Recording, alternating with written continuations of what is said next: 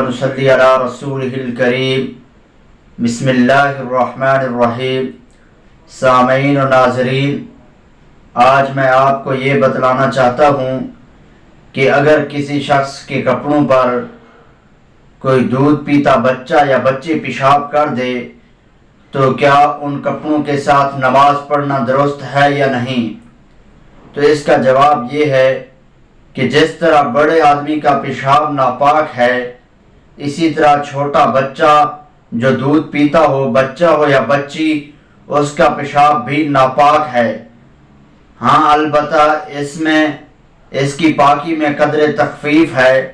وہ یہ ہے کہ اگر بچہ دودھ پیتا بچہ یا بچی کپڑوں پر پیشاب کر دے تو جس جگہ پیشاب لگا ہوا ہو، جس جگہ پر پیشاب لگا ہے، اس پر پانی انڈیل دینا ہی کافی ہے۔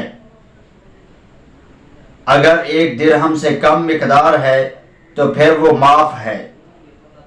اگر میری یہ ویڈیو آپ کو اچھی لگی ہے تو چینل کو سبسکرائب کر دیں اور بیل آئیکن کو دبا دیں تاکہ ہماری ہر نئی آنے والی ویڈیو کا نوٹیفیکیشن آپ کو بر وقت موصول ہو سکے۔ وآخر دعوانا الحمدللہ رب العالمین۔